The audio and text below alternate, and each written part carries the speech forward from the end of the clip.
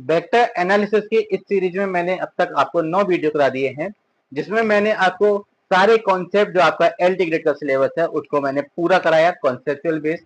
लेकिन मैंने आपको अब तक इसमें वेक्टर एनालिसिस के 45 क्वेश्चंस करा दिए हैं। ठीक है, तो आज के इस वीडियो में उन्हीं क्वेश्चंस को कंटिन्यू करते हुए क्वेश्चन नंबर 46 है आज इस वीडियो में हम स्टार्ट करेंगे।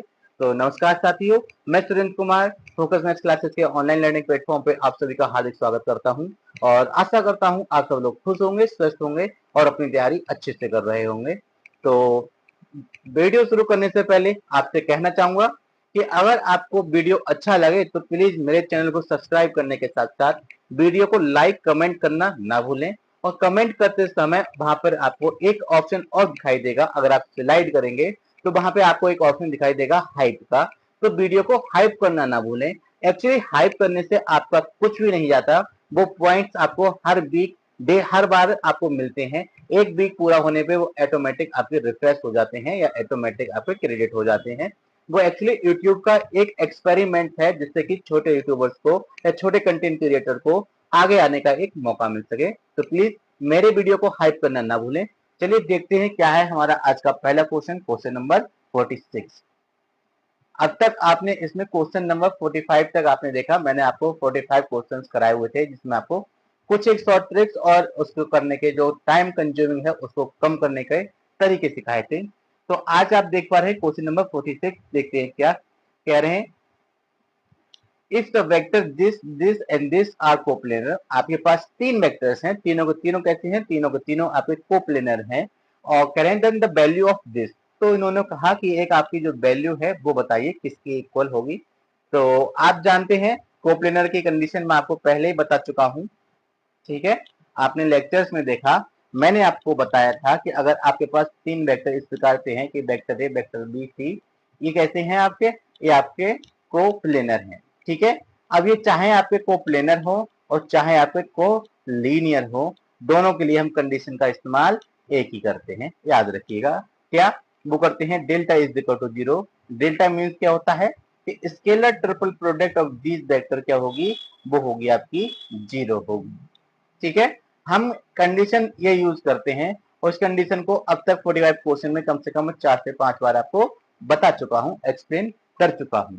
ठीक है, तो क्या करेंगे, सबसे पहले आपको इसे सॉल्व करने के लिए एक डिटरमिनेंट ड्रॉ करना होगा। तो एक मैं डिटरमिनेंट ड्रॉ करता हूं, 3/3 का एक डिटरमिनेंट बना लेता हूं। ठीक है, और कर दूंगा क्या, इज इक्वल टू जीरो। अब मेरा वेक्टर्स क्या है, वेक्टर्स कुछ इस प्रकार से हैं कि अल्फा 1 1, दूसरा क्या है, ये है आपका 1 बीटा 1 और 1 1 गामा। ठीक है ना, 1 1 गामा। तो आपको इसमें क्या करना है, आपको ये वाले टर्म्स बनानी है। आपको क्या चाहिए, आपको ये चाहिए 1 माइनस अल्फा 1 माइनस बीटा और 1 माइनस गामा, ये चाहिए। हो सकता है गामा -1 या बीटा -1 बन जाए, तो माइनस लेके हम इधर का उधर उसको कर लेंगे। ठीक है, तो कैसे भी करके आप इस चीज को बना लो। तो कैसे बनाओगे, अगर मैं इसमें से इसको सब्ट्रैक्ट कर दूं तो भी मेरा एक बन सकता है। ठीक है, या फिर मैं इसमें से इसको सब्ट्रैक्ट करूं तो एक जीरो ये हो गया, और इसमें से इसको सब्ट्रैक्ट करूं तो एक जीरो यहाँ से मिल जाएगा, और साथ ही साथ क्या हो जाएगा कि आपके 1 माइनस अल्फा और 1 माइनस बीटा टाइप चीजें मिल जाएंगी। ठीक है, तो आपकी मर्जी है, आप जो चाहें वो कर सकते हैं, जरूरी नहीं है कि मैं जो आपको रो ऑपरेशंस लगाने के लिए बोल रहा हूं, आपकी मर्जी आप कॉलम ऑपरेशंस लगा लीजिए। ठीक है, आपकी मर्जी आप कॉलम ऑपरेशंस लगा लीजिए। कॉलम ऑपरेशंस कैसे लगेंगे कि आपको करना है, यहां से मैं आपसे कहता हूं कि C2 माइनस C1 कर दीजिए। ठीक है, C2 माइनस C1 कर दीजिए, और क्या करना है, आप एक काम ये भी कर सकते हैं कि C3 माइनस, ठीक है, C3 माइनस C1 कर दीजिए। ठीक है, चलिए देखते हैं, मैंने कॉलम 2 और कॉलम 3 को थोड़ा सा चेंज किया, वहीं C1 को मैंने क्या किया, मैं C1 को कुछ भी नहीं किया, एज इट इज उसको रहने दिया। तो मैं करता हूं C2 minus C1, this minus this क्या मिलेगा, मुझे मिलेगा 1 माइनस अल्फा, और दिस माइनस दिस करने पे मिलेगा क्या, बीटा माइनस 1, और ये तो हो गया आपका जीरो। ठीक है, सिमिलरली C3 माइनस C1 करता हूं, that is this minus this, क्या मिलेगा, ये आपको मिलेगा 1 माइनस अल्फा, यहां से मिलेगा क्या, यहां से मिलेगा आपका जीरो, और ये हो गया आपका गामा माइनस 1। ठीक है, अब ये आपका 3/3 का एक डिटरमिनेंट है। क्या आप इसको सॉल्व करना नहीं जानते हैं, बिल्कुल आता है आपको। ठीक है, मैं यहाँ पे आपके सामने इसको एक्सपेंड करके दिखाता हूँ कैसे होगा कि अल्फा की मल्टीप्लाई करूंगा किस चीज से, ठीक है, अल्फा की मल्टीप्लाई करूंगा this into this minus this into this, that is ये हो गया आपका क्या, ये हो गया आपका बीटा माइनस 1 और हो गया आपका क्या गामा माइनस 1, ठीक है, ब्रैकेट इट क्लोज, ठीक, माइनस 1 माइनस अल्फा टाइम्स क्या मिलेगा, 1 माइनस अल्फा टाइम्स मिलेगा मेरा क्या this into this minus this into this, that is ये मिला आपको, ठीक है, ये मिला आपको gamma minus 1, okay, plus 1 minus alpha times आपको क्या मिला देखते हैं। तो अगर मैं अब 1 माइनस अल्फा टाइम्स करता हूं तो मिलेगा क्या this into this minus this into this, that is minus का बीटा माइनस 1, क्या मिला आपको माइनस का बीटा माइनस 1, और आरएचएस क्या है, आरएचएस तो आपकी 0 चल ही रही है, ठीक है। अब मैं इसको थोड़ा सा और सिंप्लीफाई करता हूं, कैसे, मैं एक काम ये करता हूं कि अगर मैं इनको यहाँ से माइनस कॉमन ले लूं, एक माइनस यहाँ से कॉमन ले लूं तो ओवरऑल तो प्लस ही रहेगा, जैसा है वैसा ही रहेगा, ठीक है।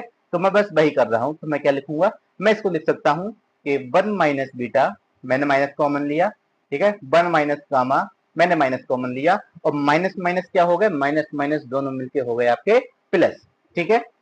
सिमिलरली मैं इसमें से एक माइनस कॉमन लूंगा, ठीक है, तो वो माइनस इसके साथ मल्टीप्लाई में चला जाएगा तो क्या हो जाएगा प्लस का हो जाएगा, तो मैं इसको लिख सकता हूँ प्लस 1 माइनस अल्फा, और लिख सकता हूँ क्या 1 माइनस गामा, ठीक है। और एक ये माइनस है मैं इसको अंदर ही एब्जॉर्ब कर ला देता हूँ या फिर अंदर ही मल्टीप्लाई कर देता हूँ, तो मुझे मिलेगा क्या, मुझे मिलेगा 1 माइनस अल्फा और मिलेगा क्या 1 minus beta is equal to 0। बात बनी क्या, बिल्कुल नहीं बनी, हमें तो डिवीजन में चाहिए ये सारी चीजें, तो क्या करेंगे नाउ डिवाइडिंग बाय, अब डिवीजन में चाहिए तो ऑब्वियस सी बात है आपको डिवाइड करना पड़ेगा किस चीज से, 1 minus alpha 1 minus beta 1 minus gamma से, क्या मिलेगा आइए देखते हैं। अगर मैं इसमें इससे डिवीजन दे दूं या डिवाइड कर दूं तो मुझे मिलेगा अल्फा अपॉन 1 माइनस अल्फा, ठीक है, alpha upon 1 minus alpha plus, यहाँ पे कौन सा मिसिंग है बीटा वाला टर्म, तो 1 अपॉन 1 माइनस बीटा, ठीक है, प्लस यहाँ पे कौन सा मिसिंग है गामा वाला term, 1 upon 1 minus gamma is equal to RHS तो आपका 0 चल ही रहा है। तो बात बनी, बिल्कुल भी नहीं बनी, क्यों, इन्हें चाहिए 1 अपॉन 1 माइनस अल्फा, हमें मिल रहा है अल्फा अपॉन 1 माइनस अल्फा, तो 1 बनाना है ना हमको, कैसे भी करके 1 बनाना है, ओके। तो मैं क्या करूंगा यहाँ से, मैं क्या करूंगा इसमें एडिंग एंड सब्ट्रैक्टिंग, ठीक है, एडिंग एंड सब्ट्रैक्टिंग 1,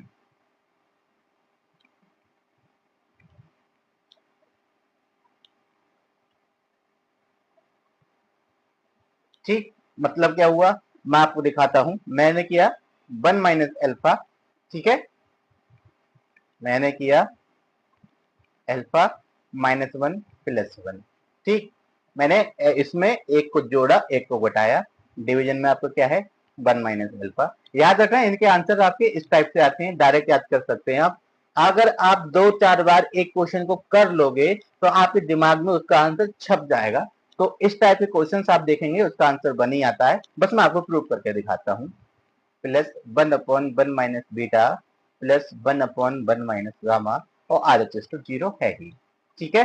अब क्या करूंगा मैं इसको अलग लिख लेता हूँ, ठीक है, मैं इसको इसके अपॉन में ब्रेक कर लेता हूँ और इसके पूरे के, मिलेगा क्या, मुझे मिलेगा alpha minus 1 upon 1 minus alpha plus 1 upon 1 minus alpha plus 1 upon 1 minus beta plus 1 upon 1 minus gamma, और आरएचएस तो आपका 0 है ही, तो हमें चाहिए सिर्फ इतना, बन गया ना टर्म, ओके। तो क्या करूंगा मैं लिखूंगा 1 upon 1 minus alpha plus 1 upon 1 minus beta plus 1 upon 1 minus जो गामा की वैल्यू है वो इस पर हो जाएगी क्या minus times alpha minus 1 is divided bye 1 minus alpha, अगर मैं इस माइनस को अंदर एब्जॉर्ब करा देता हूं तो मुझे मिलेगा 1 minus alpha is divided bye 1 minus alpha, इसको इससे कैंसिल आउट किया तो आरएचएस आपको क्या मिला, आरएचएस मिला आपको 1, तो मैंने तो पहले ही बोला था इसका आंसर क्या आता है, इसका आंसर आपका 1 आता है। चलिए चलते हैं अपने अगले क्वेश्चन पर, आई थिंक आपको ये क्वेश्चन समझ में आया होगा, तो जरूरी नहीं है कि आप रो वाइज ऑपरेशन यूज करें, उसका एकमात्र सोल्यूशन ये नहीं है कि आप रो वाइज करें, आप कॉलम वाइज कर लीजिए ना। मैंने इसमें C1 को C2 और C3 में से सब्ट्रैक्ट किया है, आपकी मर्जी, आप C3 को C1 और C2 में से सब्ट्रैक्ट कर लीजिए। ठीक है, डिटरमिनेंट सॉल्व करना तो आपको आता ही होगा, कोई ऐसा इतना बड़ा चीज नहीं है कि आपको जो चीज नहीं आती हो। ठीक, चलिए चलते हैं क्वेश्चन नंबर 47 पर। तो क्वेश्चन नंबर 47 क्या है, कह रहे हैं if for any vector vector A it is given that this into this into this into this. मैं आपको एक क्वेश्चन कई बार करा चुका हूं, इसका आंसर आएगा आपका 2। ठीक है, कैसे आएगा मैं बताता हूं। अगर मैं देखूं आपको इसको, अगर मैं शॉर्ट में लिखूं तो मैं इसको लिख सकता हूं समेशन, ठीक है, वेक्टर ए क्रॉस वेक्टर आई, या मैं कहूं आई कैप का मॉडुलस का स्क्वायर। इस पूरे को मैं इस टाइप से लिख सकता हूं मॉडुलस समेशन फॉर्म में। आई थिंक आपको समेशन का यूज करना आता होगा, अदरवाइज आप जो है इसको करते रह जाएंगे, टाइम ज्यादा से ज्यादा कंज्यूम करेंगे। आप सिर्फ एक स्टेप लीजिए, बाकी के जो 2 स्टेप बचे उनको क्या करना है, सिमिलरली करके उसके आंसर लिख लेने हैं। पहले एक को अच्छे से समझ लो और उसको सॉल्व कर लो। ठीक है, तो ये मैंने लिखा, तो मैं क्या करूंगा, मैं एक बार साइड से कहीं पर वेक्टर ए क्रॉस वेक्टर आई निकाल ही लेता हूं। ठीक है, क्या करूंगा, वेक्टर ए क्रॉस वेक्टर आई एक तरफ निकाल लेता हूं। तो यहाँ पे मैं क्या करूंगा, मैंने बोला कि मेरा जो वेक्टर ए है वो कुछ इस प्रकार से है कि A1 आई कैप, क्योंकि ए के बारे में इन्होंने कुछ दिया तो है नहीं, वेक्टर क्या है, तो क्रॉस मल्टीप्लाई मैं कहां से करूंगा, और क्रॉस मल्टीप्लाई करना है तो मुझे अज्यूम तो करना पड़ेगा, तो मैं अज्यूम कर लेता हूं कि मेरा ये कोई एक वेक्टर है। ठीक है, अज्यूम करना जरूरी है, वरना क्रॉस मल्टीप्लाई आप कैसे करोगे। तो मुझे लेना है क्या, मुझे लेना है यहाँ से वेक्टर ए क्रॉस वेक्टर आई निकालना है, दैट इज यहाँ से लिखूंगा क्या, आई कैप जी कैप के कैप। ठीक है, आप एग्जाम में आई जे के मत लिखिएगा, सिर्फ दिमाग में रखिएगा आई जे के। ये क्या है, ये है A1, ये है आपका A2, ये है आपका A3। और आई क्या होगा, आई तो सिर्फ आई का कोफिशिएंट है, जे और के उसके 0 है, दैट इज क्या हो गया 1 0 0। ठीक है, अब इसको आपको सॉल्व करना बहुत अच्छे से आता होगा, कैसे, अगर आपको डिटरमिनेंट शायद से याद आ रहा हो तो आप देखेंगे कि 0 0 1 जहां पे भी मिले उस रो और उसके करस्पॉन्डिंग कॉलम को आप एलिमिनेट कर दो, जो बचा उसके मल्टीप्लाई कर लो। इसकी वैल्यू क्या होगी, ये होगी आपकी A3 जे कैप माइनस A2 के कैप। कुल मिला के मैं अगर आपसे कहूं कि determinant of vector A cross vector I का जो स्क्वायर है वो किसके इक्वल होगा, वो इक्वल होगा A3 square plus A2 square. थोड़ा सा सीक्वेंस वाइज लिख देता हूं, तो मैं लिख सकता हूं क्या, A2 square plus A3 square.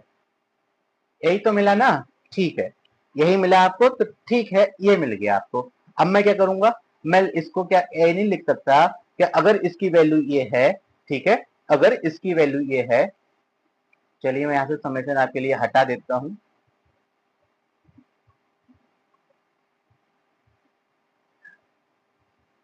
ठीक है, अगर मैं इसकी बात करता हूं,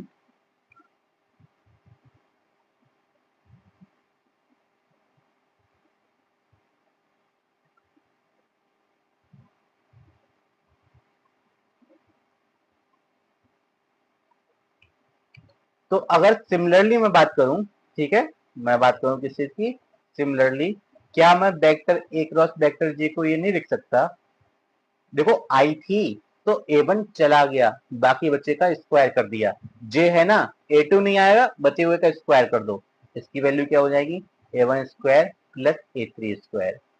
ठीक है, और वेक्टर ए क्रॉस वेक्टर के कैप की जो वैल्यू है वो हो जाएगी क्या, A1 square plus A2 square. इनको सम कर लीजिए, ठीक है, ऑन एडिंग, तो क्या मिलेगा, आपको मिलेगा जो आपको इधर पूछा गया है, और RHS मिलेगा क्या, आपको मिलेगा यहाँ से मैं लिख सकता हूँ vector A cross vector I cap के मॉड का square plus vector A cross vector J cap के मॉड का square plus vector A cross vector के कैप के मॉड का स्क्वायर, जो है वो आपका इक्वल हो जाएगा किस चीज के, वो आपका इक्वल हो जाएगा 2 टाइम्स।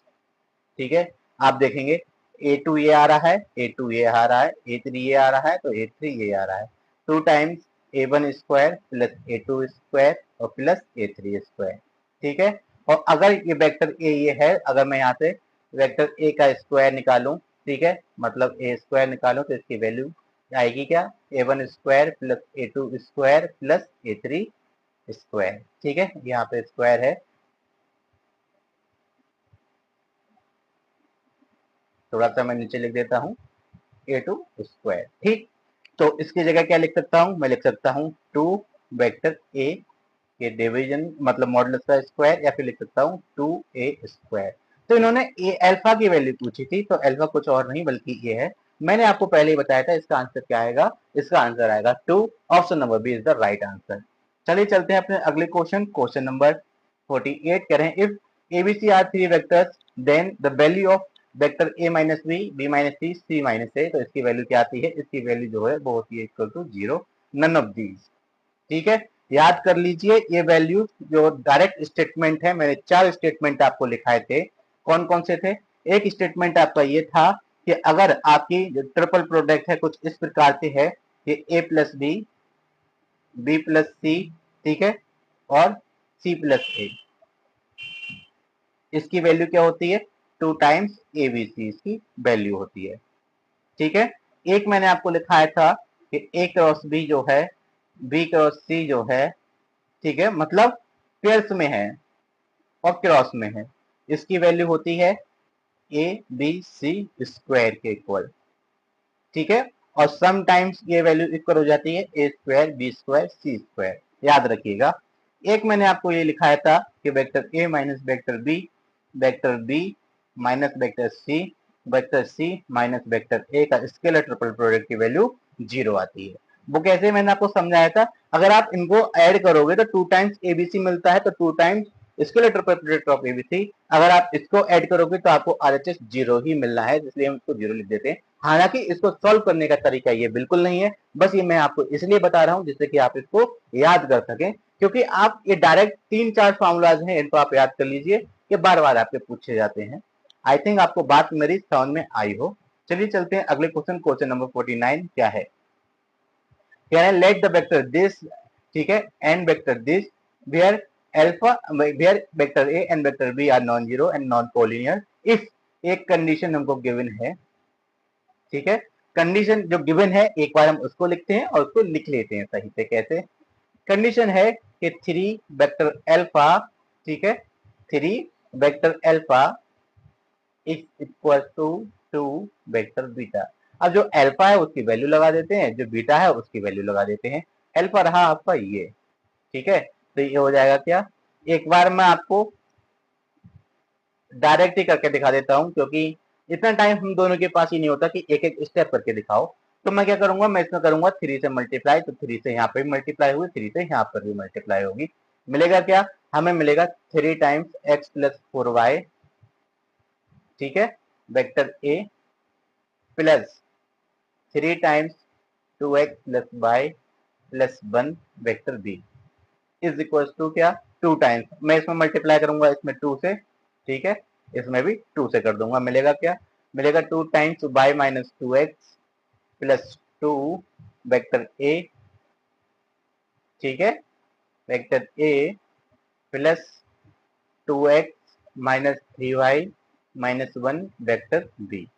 ठीक है, और एक जो आपका 2 तो चल ही रहा है मल्टीप्लाई वाला। अब मैं आपसे क्या कहूंगा, मैं कहूंगा नाउ कंपेयरिंग, ठीक है, नाउ कंपेयरिंग कोफिशिएंट्स ऑफ, देखिए पढ़ाने में और पढ़ने में बहुत अंतर होता है।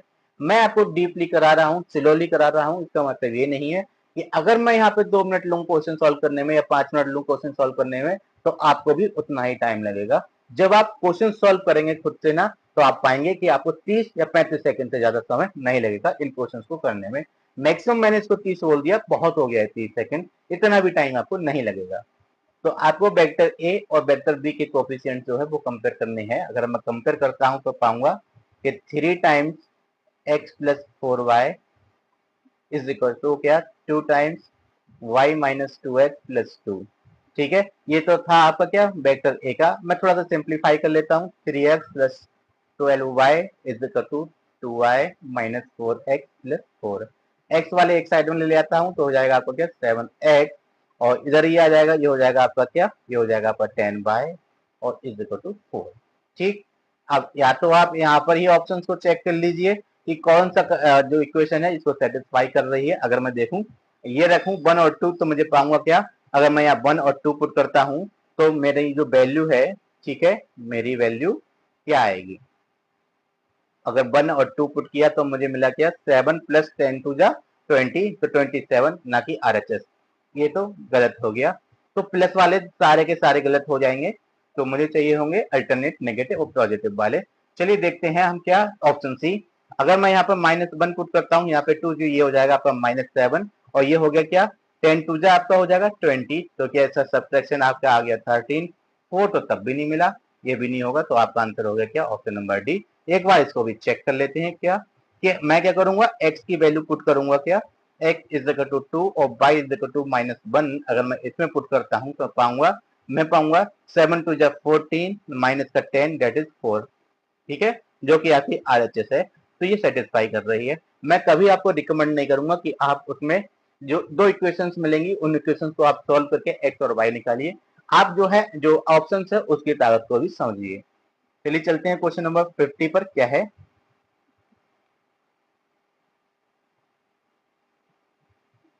ये क्वेश्चन 2 बार लिख चुका है। चलिए 50, तो 50 क्या कह रहे हैं, तो क्वेश्चन नंबर 50 जो है वो इस प्रकार से है, कह रहे हैं if vector A vector B are two unit vectors. ठीक है, जो लिखा हुआ जो उन्होंने बोला उसको लिख लीजिए, यूनिट वेक्टर्स मतलब उनके मॉडुलस की वैल्यू 1 होगी। ठीक है, incline at an angle of theta, theta की वैल्यू भी दी है 60 डिग्री।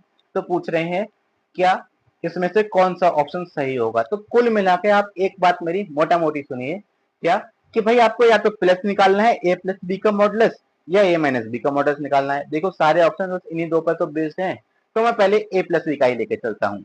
तो मैं क्या करूंगा कि मॉड ऑफ वेक्टर a, ठीक है, अगर मैं आपसे कहूं मैं पहला ऑप्शन लेके चलता हूं, तो मैं क्या लिखूंगा, मैं लिखूंगा mod of vector A plus vector B का होल स्क्वायर जो होगा वो इक्वल होगा किस चीज के, मॉड ऑफ वेक्टर ए का square plus mod of vector B का स्क्वायर प्लस 2 टाइम्स, ठीक है, 2 times vector A dot vector B. ठीक, इसकी वैल्यू क्या होती है, इसकी वैल्यू 1 है, इसकी वैल्यू 1 है, मैं इसको लिख सकता हूँ क्या, mod of vector A mod of vector B और कॉस थीटा, थीटा की जगह 60 डिग्री, क्योंकि दोनों वेक्टर्स के बीच का एंगल कितना है, अगर मैं इसको ए इसको बी कह दूं तो ये आपका कितना है 60 डिग्री एंगल है। ठीक है, तो मैं 60 है उसकी वैल्यू को मैं पुट कर देता हूँ, पाऊंगा क्या, मैं पाऊंगा 2 प्लस 2 इंटू 1 इंटू 1 इंटू, ठीक है, ऑफ कोर्स 60 की वैल्यू होती है आपकी 1/2, इस 2 से 2 कैंसिल आउट, बचा क्या आपके पास 2 प्लस 1 दैट इज 3, और 3 किसकी वैल्यू है, ये है mod of vector A plus vector B के स्क्वायर की। तो यहाँ से हमसे पूछा है कि vector A plus vector B की वैल्यू किसके इक्वल होगी, इक्वल होगी √3 के। तो ऑप्शन नंबर आपका पहला ही सही हो जाता है। ठीक है, तो आपको अप्रोच समझ में आनी चाहिए कि यार इस क्वेश्चन को देखने के बाद मुझे करना क्या होगा, कि प्लस का निकालूं कि माइनस का निकालूं या कुछ और फॉर्मूलाज इसमें रखेंगे लगाएंगे। ठीक है, तो ये आपको समझ में आ जाना चाहिए ऑप्शंस देख के कि ऑप्शंस कह क्या रहे हैं। ऑप्शन पे आपके पास सिर्फ 2 ऑप्शन है कि आप a प्लस बी का मॉडुलस का स्क्वायर निकाल के देखें, या फिर a माइनस बी के मॉडुलस का स्क्वायर निकाल के देखें, बस। ठीक है, तो अब मैंने पहला अप्रोच किया, पहले अप्रोच में ही मेरा आंसर आ गया। चलिए चलते हैं क्वेश्चन नंबर 51 पर, क्या है, कह रहे हैं if a plus B plus C is equal to 0। ठीक है, तो अब पूछ रहे हैं the angle between vector A and vector B. अच्छा क्वेश्चन है। अब इस टाइप के क्वेश्चंस मैंने आपको पहले कराए थे, लेकिन उसमें थोड़ा सा डिफरेंस था। उसमें था कि a प्लस बी प्लस सी का होल स्क्वायर निकालना हुआ करता था, लेकिन इसमें ऐसा नहीं करेंगे। तो इसमें क्या करेंगे, इसमें जो करना है वो ये है, कह रहे हैं a और b के बीच का एंगल चाहिए। 3 वेक्टर्स थे, ठीक है, ये वेक्टर a है और ये वेक्टर b है, हमें थीटा चाहिए,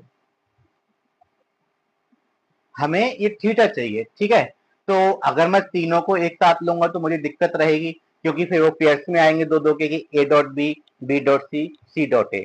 तो मैं क्या करूंगा, मैं ए और बी को एक तरफ रख लेता हूं, उनको अकेला कर लूंगा, सी को अलग भेज दूंगा। तो मैं यहां से लिखूंगा क्या, मैं यहां से लिखूंगा since vector A plus vector B plus vector C की जो वैल्यू है वो क्या है आपका 0। तो मैं यहाँ से लिख सकता हूँ क्या कि vector A plus vector B की जो वैल्यू हो जाएगी वो minus times of vector C हो जाएगी। और अगर मैं इसका मॉडुलस लेता हूँ, ठीक है, तो वो इक्वल हो जाएगा minus times modulus of vector C. वहीं अगर मैं इसका स्क्वायर लगा दूं, मॉडुलस का स्क्वायर लगा दूं, तो क्या होगा, vector A plus vector B के मॉडुलस का स्क्वायर। अब मेरे माइनस का भी स्क्वायर हो जाएगा, तो -1 का स्क्वायर दैट इज प्लस का 1, ठीक है, तो ये हो जाएगा मॉड ऑफ सी स्क्वायर, ठीक है, मॉड ऑफ सी स्क्वायर। चलिए अब इसको ओपन करते हैं, तो पाएंगे क्या, हम पाएंगे मॉड ऑफ वेक्टर ए का square plus mod of vector B का square plus 2 times mod of vector A mod of vector B of cos, जो इनके बीच का एंगल हो, जो कि हमको निकालना है, मैं बोल देता हूँ थीटा, इक्वल होगा किस चीज के, मॉड ऑफ वेक्टर सी के स्क्वायर के। अब इसकी सारी वैल्यूज आप पुट कीजिए, आपको गिवन है, ये हो जाएगा क्या, 3 का स्क्वायर प्लस 5 का स्क्वायर प्लस 2 इंटू 3 इंटू 5 और हो गया आपका कॉस थीटा, इक्वल होगा किस चीज के, 7 के स्क्वायर के। थोड़ा सा और सिंप्लीफाई करते हैं तो पाएंगे क्या, हम पाएंगे क्या, या 5 टू जा 10 और 10 टू जा 30, 30 cos theta is equal to 7 7 जा 49 माइनस 9 माइनस 25, ठीक है। मैं इसको आर एल एच एस में भी, एल एच एस में थे उससे उठा के आर एच एस में भी ले गया, हैंड टू हैंड ही मिलता क्या है, मुझे मिलता है 3 30 cos theta is equal to, अगर मैं 49 में से 9 सब्ट्रैक्ट करता हूं तो 40, 40 में से 25 सब्ट्रैक्ट करता हूं तो आपके पास बचता है क्या, 15। यहाँ से cos थीटा की अगर मैं वैल्यू देखूं तो क्या हो जाएगी, 15 टू जा 30 दैट इज 1/2, और 1/2 हो जाती है तो थीटा की वैल्यू क्या होगी, एक्चुअली हमको थीटा निकालना ही नहीं है, तो मैं यहाँ से लिख सकता हूँ क्या, theta is equal to cos inverse 1/2, ठीक है। या तो आप ऐसे लिख दीजिए या फिर आप लिख दीजिए 60 डिग्री, ठीक है। दोनों ही आंसर आपके सही हैं और दोनों ही पूछे गए हैं, कभी इस फॉर्म में पूछा गया है तो कभी उस फॉर्म में पूछा गया है, ठीक है। तो आपका ऑप्शन नंबर डी, आपका option number D cos inverse 1/2 is the right answer. चलिए चलते हैं क्वेश्चन नंबर 52 पर। कहते हैं number of distinct real values of lambda for which the vectors this are coplanar. Vectors coplanar है, इसका मतलब आप समझते हैं क्या कि आपका क्या होगा, डेल्टा इज इक्वल टू 0। मैं बनाता हूँ 3/3 का डिटरमिनेंट और उसकी वैल्यू कर देता हूँ क्या, उसकी वैल्यू कर दूंगा 0। क्या है आपका ये माइनस लैम्डा और -1 और आपका 0, सॉरी 1, ये क्या है 1 माइनस का लैम्डा स्क्वायर और ये है आपका 1, ये है आपका 1 और ये है आपका 1 और ये है माइनस का लैम्डा स्क्वायर, ठीक है। अब आपको ये मिला तो आपको करना क्या है, थोड़ा सा समझिए। तो आप इसमें एक काम ये कर सकते हैं कि आप इसको डायरेक्ट ही एक्सपेंड कर दें, ठीक है, डायरेक्ट ही एक्सपेंड कर दें तो ज्यादा सही रहेगा। चलिए देखते हैं, तो ये हो गया माइनस का लैम्डा, ओके, इन दोनों की मल्टीप्लाई करूंगा तो क्या हो जाएगा, ये हो जाएगा आपका लैम्डा की पावर 4 -1, माइनस माइनस प्लस का 1 टाइम्स, ठीक है, इसकी मल्टीप्लाई हो जाएगी क्या, माइनस का लैम्डा स्क्वायर माइनस इसकी मल्टीप्लाई हो जाएगी 1, ठीक है, प्लस 1 टाइम्स क्या मिलेगा, इसकी मल्टीप्लाई हो जाएगी 1 माइनस इसकी मल्टीप्लाई होगी माइनस लैम्डा स्क्वायर और एक माइनस ऑलरेडी था, तो minus minus plus lambda square, RHS 0, इसको लिख सकता हूँ माइनस लैम्डा, लैम्डा की पावर 4 -1 प्लस, ठीक है, इसकी अगर मैं ओपन कर देता हूँ तो मैं पाता हूँ minus lambda square -1 plus 1 plus lambda square और RHS 0, इससे ये कैंसिल आउट, इससे ये कैंसिल आउट, बचा क्या आपके पास, आपके पास बचा माइनस लैम्डा, लैम्डा की पावर 4 -1 RHS इज 0। तो मैं यहाँ से लिख सकता हूँ लैम्डा, इसको भी अगर मैं ब्रेक करके लिखूं तो मैं क्या ये नहीं लिख सकता, ठीक है, अगर मैं यहाँ से लिखूं लैम्डा, लैम्डा की पावर 4 -1 इज इक्वल टू 0, ठीक है, माइनस को मैंने आरएचएस में पहुंचा दिया और इसको और अगर मैं सिंप्लीफाई करूं तो मैं लिख सकता हूं क्या, lambda square plus 1 lambda square -1, क्यों, क्योंकि क्या मैं इसको ऐसा नहीं लिख सकता कि लैम्डा एज इट इज रहा, लैम्डा स्क्वायर का स्क्वायर -1 का स्क्वायर, ए स्क्वायर माइनस बी स्क्वायर की फॉर्म में नहीं लिख सकता जी, बिल्कुल लिख सकता हूँ, ठीक है, बिल्कुल लिख सकता हूं, तो मैंने वही लिखा है। अब मैं आगे सॉल्व करता हूं तो पाऊंगा क्या, मैं पाऊंगा RHS तो आपका 0 है ही। अब इसको ऐसे ही रहने दो, इसको लिख सकता हूँ लैम्डा स्क्वायर प्लस 1, इसको लिख सकता हूँ लैम्डा प्लस 1, ठीक है, लैम्डा माइनस 1। फिर से मैंने ए स्क्वायर माइनस बी स्क्वायर वाला फॉर्मूला यूज किया। तो मैं यहाँ से क्या देखता हूँ, मैं देखता हूँ एक तो यहाँ से वैल्यू मिलेगी क्या, लैम्डा इज इक्वल टू 0, एक वैल्यू यहाँ से मिलेगी क्या, lambda is equal to minus 1, एक वैल्यू यहाँ से मिलेगी क्या, लैम्डा इज इक्वल टू 1। और अगर आप देखें कि lambda square plus 1 is equal to 0 put करूं तो मुझे मिलेगा क्या, लैम्डा स्क्वायर की value minus 1, that is lambda की वैल्यू क्या हो गई आपके पास, आई। ठीक है, तो ये आपका इमेजिनरी हो गया ना, लैम्डा की वैल्यू इमेजिनरी हो गई। इन्होंने तो इतना ही बोला था कि भाई आप ये बताइए डिस्टिंक्ट हो और रियल हो, ठीक है, रियल हो और डिस्टिंक्ट वैल्यूज हो लैम्डा की, बस कितनी है वो बता दीजिए। तो मैं काउंट कर लेता हूं, एक ये रही, एक ये रही और एक ये रही, दैट इज टोटल 3 वैल्यूज ऐसी हैं लैम्डा की जो कि रियल है और डिस्टिंक्ट है, that is option number D, 3 is the right answer. I think आपको क्वेश्चन समझ में आया हो। चलिए चलते हैं अपने अगले क्वेश्चन 53 पर। कह रहे हैं क्या,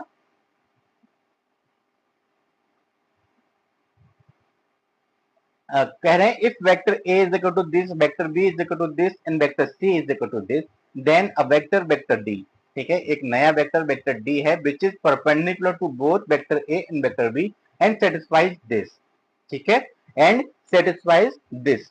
अब एक बात मुझे बताइए, थोड़ा सा समझने की कोशिश कीजिएगा, और आप चाहेंगे डिटेल में सोल्यूशन दो तो डिटेल में सोल्यूशन आपको दे दूंगा।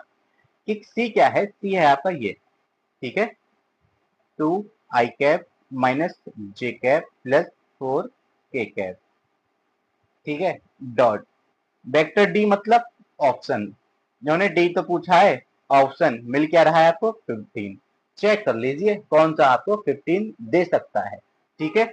तो अगर मैं इसकी मल्टीप्लाई करूं, तो अगर मैं इसकी मल्टीप्लाई करता हूं तो मैं पाता हूं क्या, अगर मैं पहले ऑप्शन की बात करता हूं तो पहली की बात करूंगा या फिर मैं कहूं ऑप्शन ए की बात करूं तो मुझे मिलेगा 32, टू जा कितना होता है आपका 32, टू जा होता है 64, ठीक है, माइनस माइनस प्लस का 165 हो गया, और ये हो गया क्या, ये हो गया आपका माइनस का 14 और प्लस का 4, ठीक है, तो ये हो गया 14 चौके आपके 56 हो जाते हैं। तो अगर मैं RHS देखूं तो क्या मिलेगा, तो अगर आप इनको सॉल्व करें तो आप पाएंगे क्या, 64 प्लस 1 65, और 65 में से अगर आप 56 को सब्ट्रैक्ट करते हैं तो आपको मिलता है 9। क्या 15 आया, बिल्कुल नहीं आया, ऑप्शन है आपका आंसर नहीं रहेगा।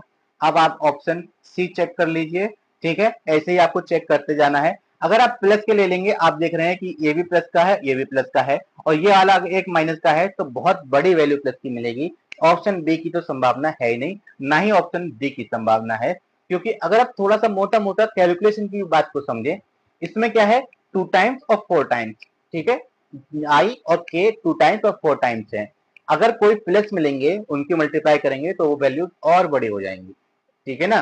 तो और बड़ी ना हो जाए तो हम क्या कहेंगे, हमें एटलीस्ट उनमें से कोई ना कोई एक वैल्यू नेगेटिव चाहिए होगी, इसी वजह से मैंने आपको सबसे पहले ये लिखकर दिखाया, बी और डी को मैंने कैंसिल कर दिया। तो सी की बात करते हैं तो मिलेगा क्या, 5/3 एज इट इज रहेगा, ये क्या 64, और ये माइनस माइनस प्लस का 1 हो जाएगा, ठीक है, और ये क्या, और 14 4 जा 56, ठीक है, फिर से भाई मिल गया, दैट इज क्या मिला 5/3 इंटू 9, अगर मैं इसे डिवाइड कर दूं तो ये मिल गया 15। अब मुझे RHS मिल गई जी, बिल्कुल मिल गई, that is option number C is the right answer, ठीक है।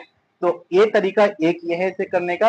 अगर आप चाहते हैं कि इसको डिटेल में किया जाए तो आप मुझे कमेंट कर सकते हैं, डिटेल में मैं आपको करके दिखा दूंगा। आपको डी लेना है तो आपको बस सिर्फ इतना करना है कि आप एक बात जानते होंगे, ये बात मैंने आपको कई बार समझाई हुई है, बात यह है कि अगर मेरे पास इस प्रकार से एक वेक्टर ये है और एक वेक्टर मेरे पास ये है, ठीक है, तो इन दोनों के ही परपेंडिकुलर वेक्टर जो होगा वो वेक्टर ये है।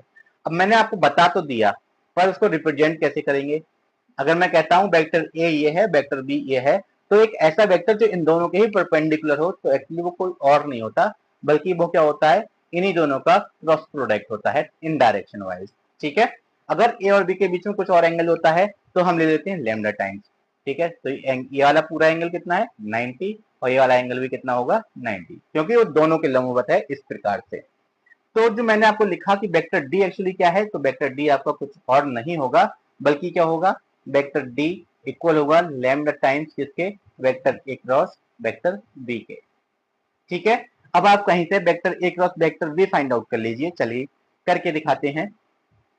यहाँ से vector A cross vector B अगर मैं निकालूं तो इक्वल होगा किस चीज के, मैं आई जे के यहाँ पर नहीं लिखूंगा, आप समझ जाइएगा। तो ये आपका 1 4 2, बी है आपका 3 -2 7। तो मैं मल्टीप्लाई करूं पाऊंगा क्या, दिस इंटू दिस, ठीक है, दिस इंटू दिस। तो 7 चौके कितने होते हैं आपके 28, 28 माइनस माइनस प्लस, ठीक है, माइनस माइनस प्लस हो गया 4, दैट इज 32 कॉमा। अब क्या करूंगा 7 इंटू 1 7 हो गया, माइनस 3 टू जा 6, ठीक है, 7 माइनस 6 दैट इज क्या हुआ आपका माइनस का 1। कैसे, एक माइनस एक्चुअली ऑलरेडी आता है।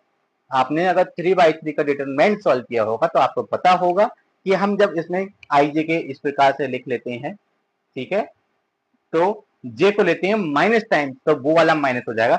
7 माइनस 6 आपका प्लस का 1 मिला, और एक माइनस इसके साथ का जो होता है, इस वजह से मुझे माइनस का 1 मिला। ठीक है, आप चाहो तो आप इसको डिटेल में सॉल्व करके देख सकते हो, कोई इतनी बड़ी चीज नहीं है। अगर मैं के की बात करता हूं तो मिलेगा क्या, माइनस का 2 और प्लस माइनस का कितना 4 3 जा कितना 12, तो ये हो गया आपका माइनस का 14। ठीक है, अगर आप सिर्फ ए क्रॉस बी ही निकाल लें, अगर आपको इतनी सी बात पता हो, कितनी, कि भाई जो वेक्टर होता है, अगर वेक्टर ए और वेक्टर बी के जो परपेंडिकुलर वेक्टर होता है, वो कुछ और नहीं होता बल्कि क्या होता है, उन दोनों का क्रॉस प्रोडक्ट होता है। तो आप पाएंगे क्या, क्रॉस प्रोडक्ट क्या है, 32 -1 -14 किसमें है, 32 -1 -14, 32 -1 -14, मतलब ये दोनों तो पहले ही कैंसिल हो गए। अब आपके पास बचे दो ऑप्शन कि ए और सी में से एक आंसर रहेगा, उसको जस्टिफाई करते हैं कौन सा आंसर होने वाला है, ठीक है ना। तो इस प्रकार से आपको क्या मिल गया, इस प्रकार से आपको वेक्टर ए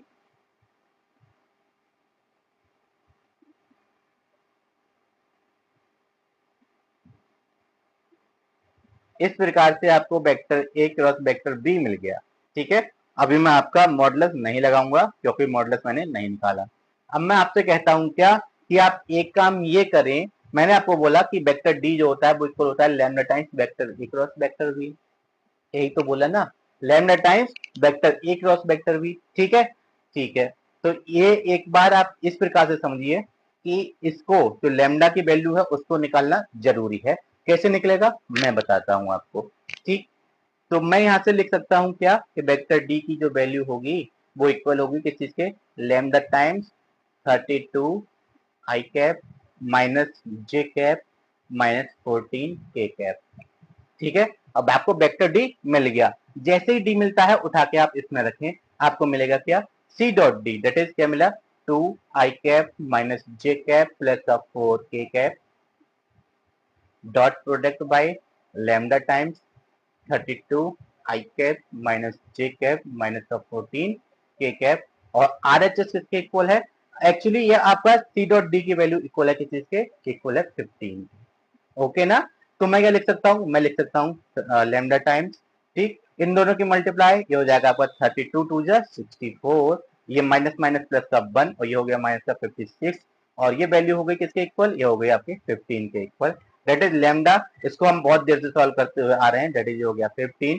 अगर मैं इसको 3 से डिवाइड कर दूं तो मिलेगा क्या, 15 is divided by 9 that is 3 3 जा 9 3 5 जा 15, 5/3। इस लैम्डा की वैल्यू को उठा के जो मैंने वेक्टर आपको ऊपर लिखाया हुआ है, अगर वहां पे रख दूं तो क्या मुझे रिक्वायर्ड आंसर नहीं मिलेगा, जी बिल्कुल मिलेगा, यही तो आपसे पूछा है। ठीक है ना, यही तो आपसे पूछा है। तो मेरा लैम्डा या मैं कहूँ वेक्टर डी जो है वो इक्वल हुआ किस चीज के, ये 5/3 और क्या 32 I cap minus J cap minus का 14 के कैप। तो जब हमारे आंसर पहले से ही आ जा रहे हैं तो हम इतना लंबा चौड़ा क्यों करें। ठीक है, अगर आप मेंस कर रहे हैं तो आप मेंस इस हिसाब से कर सकते हैं, बाकी आप ऑप्शंस की हेल्प से 3-4 लाइनों में आपका आंसर आ जाएगा, टाइम वेस्ट करने की जरूरत नहीं है। चलिए चलते हैं क्वेश्चन नंबर 54 पर। क्या है, कह रहे हैं वेक्टर ए वेक्टर बी इस प्रकार से वेक्टर है कि vector C such that vector A dot C, फिर से वही आ गया कि आपको एक चीज गिवन है कि vector A dot vector C की वैल्यू क्या है, 4 है, तो हमसे वेक्टर सी तो पूछा है, तो क्या मैं ऐसा नहीं लिख सकता कि vector A dot option equal होगा किस चीज के, 4 के। अब मैं चेक करूंगा कैसे? मैं पहला लगाता हूं तो पहला क्या है कि 2i cap plus J cap, ये तो आपका रहा वेक्टर ए। इसकी डॉट प्रोडक्ट निकालूंगा किसके साथ में कि आई cap plus J cap minus के कैप, तो मिलेगा क्या? मुझे मिलेगा इसकी मल्टीप्लाई 2 हो गई प्लस 1 हो गई माइनस माइनस प्लस 1 हो गई, दैट इज हो गया 4। हाँ जी, ये तो एक ही बार में आपको मिल गया। ठीक है, 2 प्लस 1 प्लस 1 प्लस 1। अब क्या आपका आंसर आ गया? चलिए एक बार और करके देख लेते हैं। मैं आपका ऑप्शन सी यूज करके देखना चाहता हूं। तो क्या करूंगा कि 1 प्लस सॉरी आई, ठीक है, आई प्लस 3 जे cap plus 5 plus K cap, इसको लगा के भी डॉट प्रोडक्ट करके देखना चाहता हूं तो मिलेगा क्या? मुझे मिलेगा 1 प्लस, ठीक है, 1 प्लस और इसकी सॉरी आपकी मल्टीप्लाई होनी है 2i कैप प्लस, मैं ऑप्शन सी की मल्टीप्लाई ऑप्शन सी से ही करने जा रहा था। तो 2 into 1 that is 2, 3 into 1 that is 3 minus 1, 3 plus 2 5 minus 1 that is 4। तो इतना खुश होने की जरूरत नहीं है, इसमें आपके एमसीक्यू वाला काम नहीं किया। तो क्या चाहिए? हमें चाहिए, कह रहे हैं vector A cross vector C is equal to vector B है।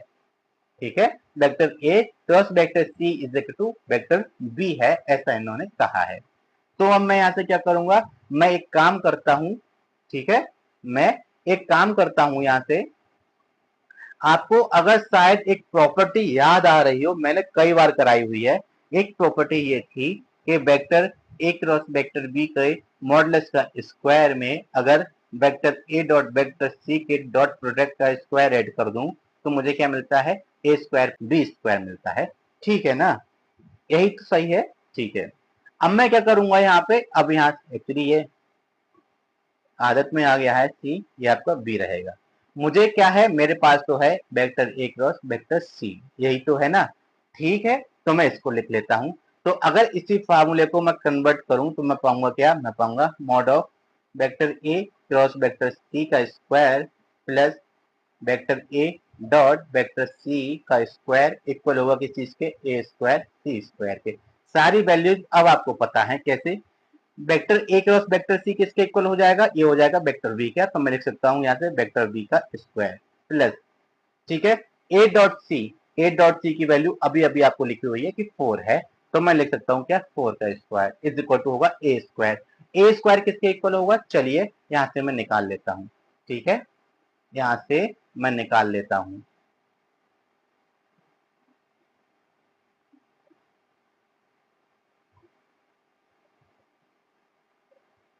तो अगर मैं देखूं यहाँ से कि मॉड ऑफ वेक्टर ए किसके इक्वल हो जाएगा, तो इक्वल हो जाएगा स्क्वायर रूट ऑफ 2 टू जा 4 प्लस 1 दैट इज रूट 6 के।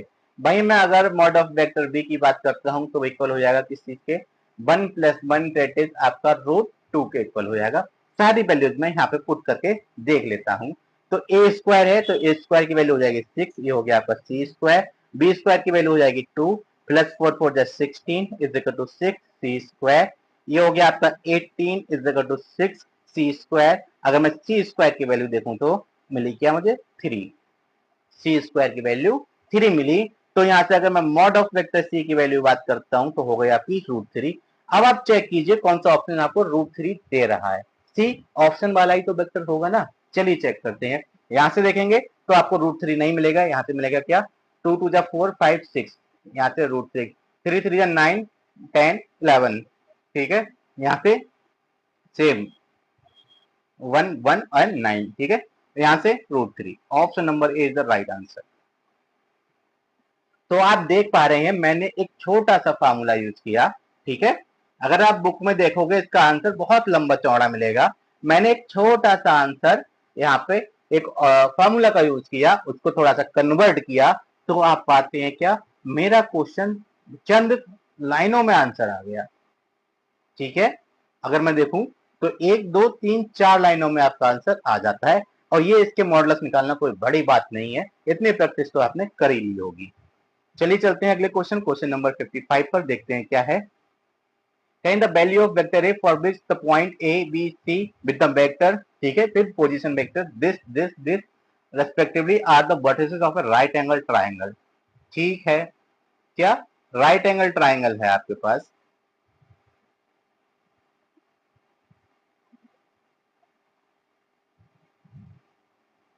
एक आपके पास राइट एंगल ट्राइंगल है और कुछ इस प्रकार से है कि अगर उसके वर्टेक्स में इस प्रकार से लिखूं ए बी सी, क्योंकि सी आपका क्या है 90 डिग्री है। ठीक है, तो इन्होंने क्या पूछा है, इन्होंने पूछा है the value of A for which the point this respectively are the vertices of a right angle triangle R। ठीक है, तो मुझे इसकी वैल्यू निकालनी है अननोन वेक्टर ए की।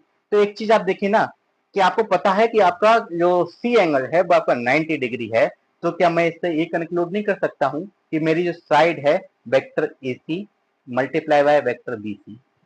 ठीक है, ये दोनों कैसी होंगी, लंबवत होंगी, और लंबवत होंगी इसका मतलब क्या हो गया कि उनका जो डॉट प्रोडक्ट, सॉरी, ठीक है,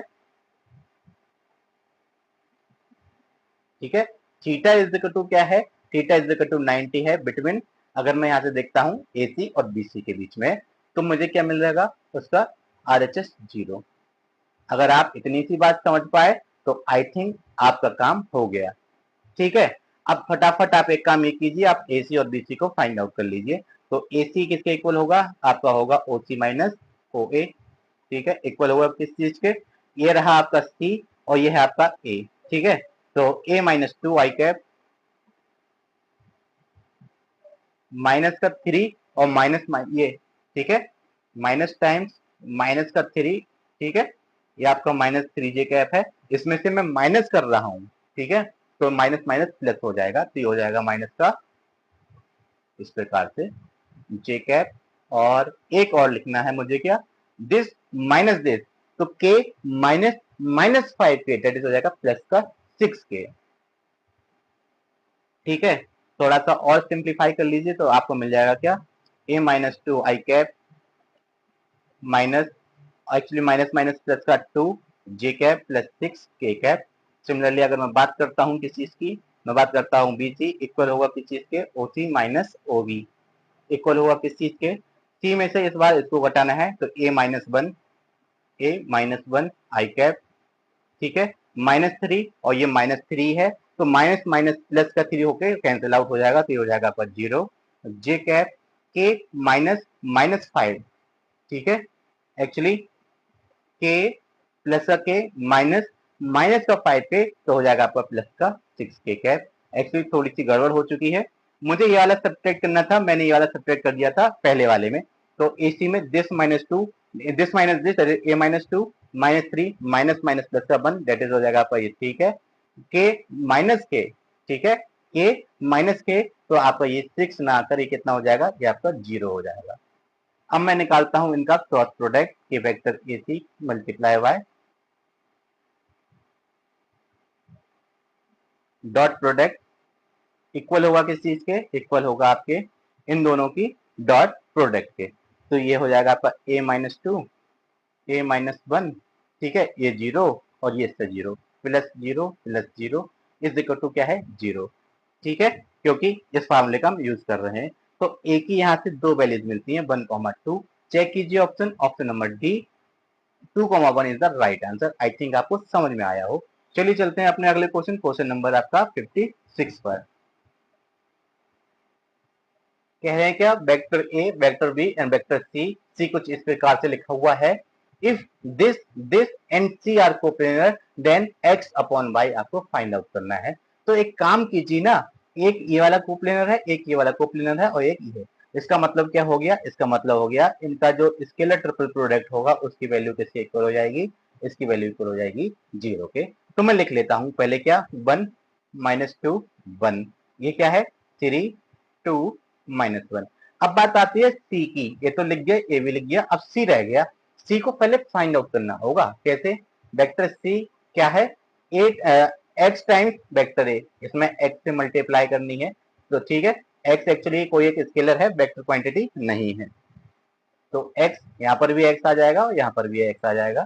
ठीक है, तो मैं इसको लिख सकता हूँ X times I cap plus J cap plus Y times J cap plus K cap.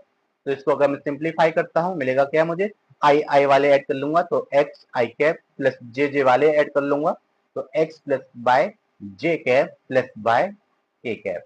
ठीक है, ये है आपका वेक्टर सी। सी के कंपोनेंट को उठा के यहाँ लिखता हूँ कि एक्स और एक्स प्लस वाई और वाई। अब मैं क्या करूंगा, अब मैं इसको सॉल्व करूंगा। कैसे, आइए देखते हैं। तो एक काम करें, इसको डायरेक्ट सॉल्व करना शुरू कर देते हैं, देखते हैं क्या मिलता है। कि 1 as it is times 2y minus minus plus X plus Y, minus minus plus 2 times 3y minus minus plus X plus 1 times, ठीक है, इसकी मल्टीप्लाई, ये हो जाएगा आपका 3x प्लस 3y, ठीक है, माइनस 2x, और RHS क्या होगा, 0।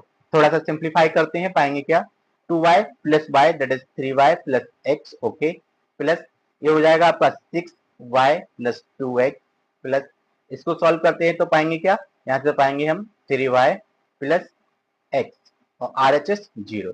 सारा कुछ सॉल्व कर लेते हैं, पाएंगे क्या, 3y 6 और 6 6 12y प्लस ये आपका x, ये आपका 2x, ये आपका x दैट इज 4x, ठीक है। मैं लिख सकता हूं क्या कि 4x is equal to minus का 12y, ठीक है। x अपॉन y की अगर मैं वैल्यू निकालूं तो ये हो जाएगा माइनस का 12 अपॉन 4 दैट इज हो जाएगा क्या, -3, ठीक है ना, -3।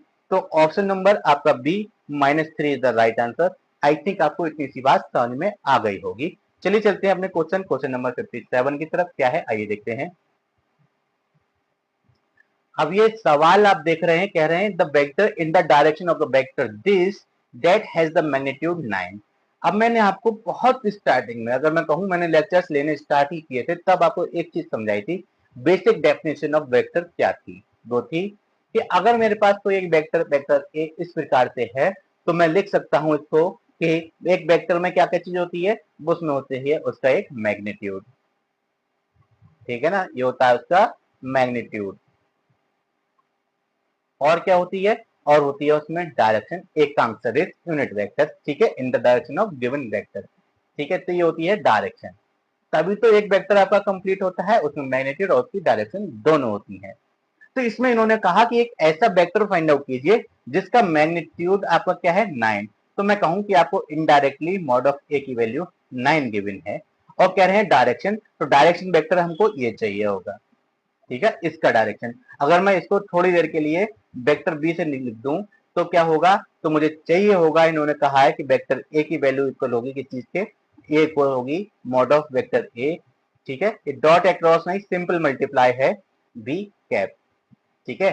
डायरेक्शन आपको इस बार एक ही डायरेक्शन में नहीं चाहिए, कोई एक वेक्टर है, हमें नहीं पता ए किधर जा रहा है किधर नहीं जा रहा, हमें सिर्फ एक ए वेक्टर चाहिए, लेकिन उसका मैग्नीट्यूड 9 हो, और वो डायरेक्शन में किसी हो, किसी और वेक्टर बी के हो।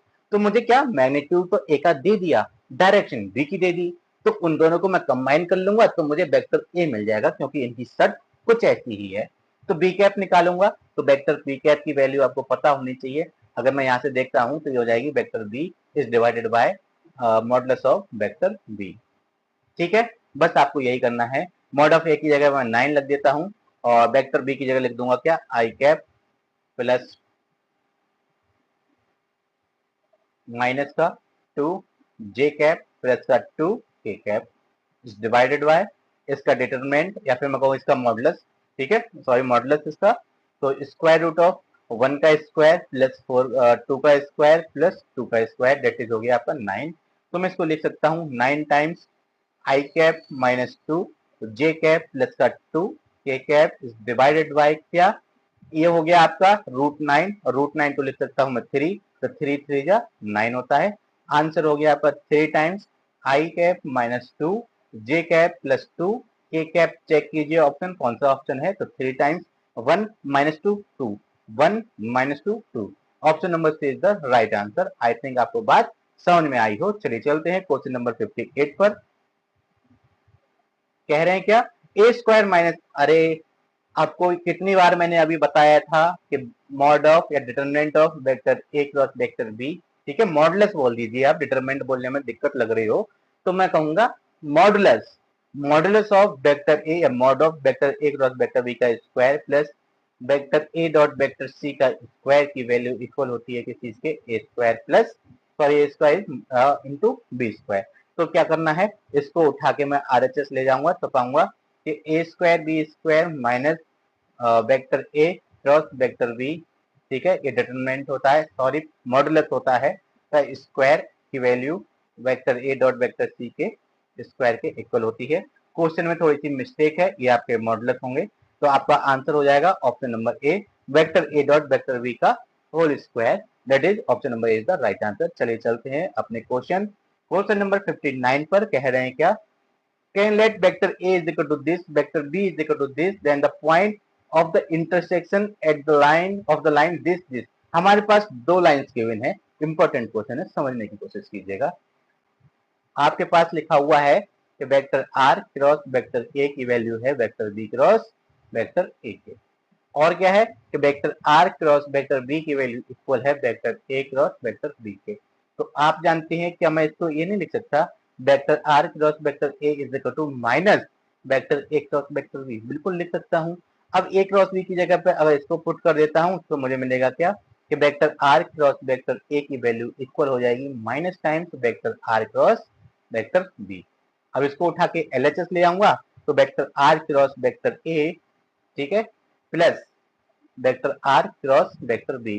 अब आप एक चीज देख पा रहे होंगे, वेक्टर R दोनों में कॉमन है, तो वेक्टर R, ठीक है, cross vector A plus vector B, मैं इसको ऐसा लिख सकता हूं। आई थिंक आपको समझ में आया होगा, क्योंकि अगर इसकी मल्टीप्लाई करता हूं A से तो आपको ये मिलेगा, बीच में आएगा प्लस, ये रहा, इसकी मल्टीप्लाई इससे करूंगा तो आपको ये मिलेगा, तो आप इसको ये लिख सकते हैं। तो हमें चाहिए क्या, A प्लस B। अब ये एक चीज आप सोचें, R एक्चुअली होता क्या है, तो R अगर आपने 3D में पढ़ा होगा तो वेक्टर R आपका कुछ और नहीं, x I cap plus Y J cap plus Z K cap, यही होता है। ठीक है, तो थोड़ा सा समझना लॉजिकल चीज है, इंपॉर्टेंट पॉइंट अब आने वाला है आपका। मैं लिखता हूं क्या, X I cap plus Y J cap plus Z K cap, ठीक है, क्रॉस मल्टीप्लाई बाय सम। इन दोनों का सम अगर मैं निकालूं, vector A plus vector B का जो सम है वो इक्वल हो जाएगा किस चीज के, आई वाला हो जाएगा 3 आई कैप, ओके, जे है नहीं, प्लस का जे के कैप माइनस का के कैप, ठीक है, इतना सा हो जाएगा। तो इसकी क्रॉस मल्टीप्लाई करूं मैं, 3 आई cap plus J cap minus के कैप इज इक्वल टू 0। अब आप समझने की कोशिश कीजिएगा, इंपॉर्टेंट पॉइंट अब बात यह है कि मैंने आपको बताया था कंडीशन ऑफ पैरेललिज्म, ठीक है, कि आपके दो वेक्टर जो हैं वो आपके पैरेलल कब होते हैं, कि अगर उनका क्रॉस प्रोडक्ट गलती से भी 0 आ जाता है तो क्या होता है, वो आपके वेक्टर हो जाते हैं पैरेलल। ठीक है, यहाँ पर क्या हो रहा है, एक वेक्टर ये है, एक वेक्टर ये है, और दोनों की क्रॉस मल्टीप्लाई क्या हो रही है, 0। तो क्या मैं इसको ये नहीं लिख सकता, ठीक है, क्या मैं ये नहीं लिख सकता कि मेरा ये वेक्टर R होगा ना, ठीक है, कि vector R is perpendicular to, sorry perpendicular नहीं, पैरेललिज्म, ठीक है, vector R is parallel to vector A plus vector B। ठीक, थोड़ा सा समझना, अब बात को समझिए कि मेरे पास एक वेक्टर ये है, ठीक है, एक वेक्टर ये है और एक वेक्टर मेरे पास ये है, ओके, दो वेक्टर हो गए। मैं थोड़ी देर के लिए लेता हूं कि ए वाला वेक्टर जो है ये मेरा vector A plus vector B है, और ये है आपका वेक्टर आर। तो एक चीज आप नोट कीजिए कि भाई इसकी डायरेक्शन और इसकी डायरेक्शन सेम है ना, सेम है ना, इसका मतलब ये होता है कि भाई एक्स वाई जेड की जो वैल्यूज हैं वो मल्टीपल होंगे किस चीज के, 3 1 -1। दिशा, इसकी दिशा क्या होगी, इसकी दिशा ये है 3 1 -1, यही तो इसकी दिशा है ना, तो भाई आर की भी दिशा यही होगी, हो सकता है इसके मल्टीपल हो, तो लैम्डा टाइम्स आप लगा दीजिए। ठीक है, ये आपका शॉर्टकट तरीका है सॉल्व करने का, अगर आप डिटेल में सॉल्व करेंगे तो काफी लेंथी हो जाएगा। तो आपको जो वेक्टर आर मिला वो वेक्टर आर कुछ इस प्रकार से मिलेगा कि लैम्डा टाइम्स 3 आई कैप, ठीक है, प्लस जे कैप माइनस के कैप। अब आप चेक कर लीजिए, लैम्डा की वैल्यू कुछ ही हो सकती है 1 2 3 एंड सो ऑन। अगर मैं 1 लगा देता हूं तो मेरा क्या हो जाएगा, 3 1 -1, that is option number D is the right answer. ठीक है, आप घूमते रह जाएंगे अगर इसको सॉल्व करना चाहोगे। अगर आप इतनी सी बात आपके दिमाग में नहीं आती, क्वेश्चन सॉल्व करते टाइम इतना सा हिंट्स नहीं आता, कि भाई क्रॉस मल्टीप्लाई 0 हो रही है, दैट इज वेक्टर कहीं ना कहीं डायरेक्शन सेम रही होगी, पैरेलल रहे होंगे, तो क्यों ना मैं इनकी डायरेक्शन सेम कर ही दूं, क्योंकि ये पैरेलल ही है, पैरेलल है, डायरेक्शन सेम है, तो उनके आई जे के कोफिशिएंट जो है लगभग सेम होंगे, या फिर लैम्डा टाइम्स होंगे, उसके मल्टीपल्स हो सकते हैं, 2 टाइम्स 3 टाइम्स कितने भी हो सकते हैं। तो अगर आप देखेंगे तो आपका answer 3 1 -1 option number D right answer हो जाएगा। चलिए चलते हैं क्वेश्चन नंबर 60, आज के वीडियो का ये आखिरी क्वेश्चन होगा। कह रहे हैं if the position vector A of a point this is such that vector A is equal to this, then the value of N is. अब एक चीज यहाँ से आप देखिएगा कि आपका वेक्टर ये है, मैंने आपको बताया था क्या रहता है कि आपके रहते हैं पोलर कोऑर्डिनेट, मैं कहूँ coordinate system, Cartesian coordinate system जो रहता है, और आपका वेक्टर सिस्टम इस प्रकार से है कि आप इसको वेक्टर फॉर्म में लिखा हुआ देखें। ठीक है, इन्होंने कहा कि वेक्टर क्या है आपका 12, n, कहने का मतलब है ये इतना कह रहे हैं, ये लिखा हुआ है आपका 12 i cap plus n j cap, 2D का है, अगर यही आपका 3D का होता तो क्यों ना इसमें कुछ ना कुछ और दिया होता, 3 टर्म्स दिए होते। ठीक है, अब इन्होंने कहा कि मॉड ऑफ ए की वैल्यू किसके इक्वल है, मॉड ऑफ ए अगर मैं यहाँ से निकालूं तो 12 का स्क्वायर 144 हो जाएगा, प्लस n का स्क्वायर n स्क्वायर हो जाएगा, उसकी वैल्यू किसके इक्वल है 13 के। Squaring on both side we get 144 plus n square की वैल्यू इक्वल हो जाएगी किस चीज के 13 के स्क्वायर के, डेट इज 169 के। यहाँ से मैं n स्क्वायर निकालूं तो इक्वल हो जाएगा 169 माइनस 144, और n स्क्वायर यहाँ से इक्वल हो जाता है किस चीज के 25 के, तो n की वैल्यू इक्वल हो जाएगी किस चीज के +-5। चेक कीजिए option, option number D +-5 is the right answer. ठीक है, तो आज की वीडियो में इतना ही। अगर आपको मेरा वीडियो अच्छा लगा हो तो प्लीज चैनल को सब्सक्राइब जरूर कर दीजिएगा, और अगर आपकी कोई क्वेरी हो तो आप उसको कमेंट बॉक्स में लिख सकते हैं, कोई आपके सुझाव हो, या फिर आप जिस टॉपिक पर लेक्चर चाहते हो उस टॉपिक को आप कमेंट बॉक्स में मेंशन कर सकते हैं। और याद रखिएगा कि आप जब यहाँ पे कमेंट बॉक्स आपका होता है, ठीक है, इस प्रकार से आपका एक कमेंट बॉक्स होता है, वहां पे 2 डॉट लिखे हुए होते हैं, एक में आप कमेंट करते हैं, तो आप अगर इसको इस साइड में स्लाइड करेंगे तो यहाँ पे आपको हाइप लिख कर आएगा। ठीक है, हाइप में कुछ पॉइंट्स होते हैं, उन पॉइंट्स को आप देना होता है, वो पॉइंट्स आपकी जेब से नहीं जाते, एक्चुअली वो आपकी आईडी पर हर मंडे को ऑटोमेटिक यूट्यूब के द्वारा क्रेडिट कर दिए जाते हैं। इनका एक्चुअली मुझे कोई पैसा नहीं मिलता, एक्चुअली ये सिर्फ और सिर्फ रैंक करने के लिए होती है कि एक छोटा क्रिएटर हो या फिर कंटेंट क्रिएटर हो तो उसके वीडियो को उस हाइप पॉइंट के आधार पे आगे प्रमोट कर सकें। ठीक है, तो इसका यूज सिर्फ इतना सा है कि इससे मुझे थोड़ा सा हाइप मिल सकती है, कहने का मतलब मुझे रीच ज्यादा मिल सकती है, मेरा वीडियो थोड़ा ज्यादा दिखाया जा सकता है। तो thank you, thanks for watching, thanks a lot. मिलते हैं अगले वीडियो में क्वेश्चन नंबर 61 से।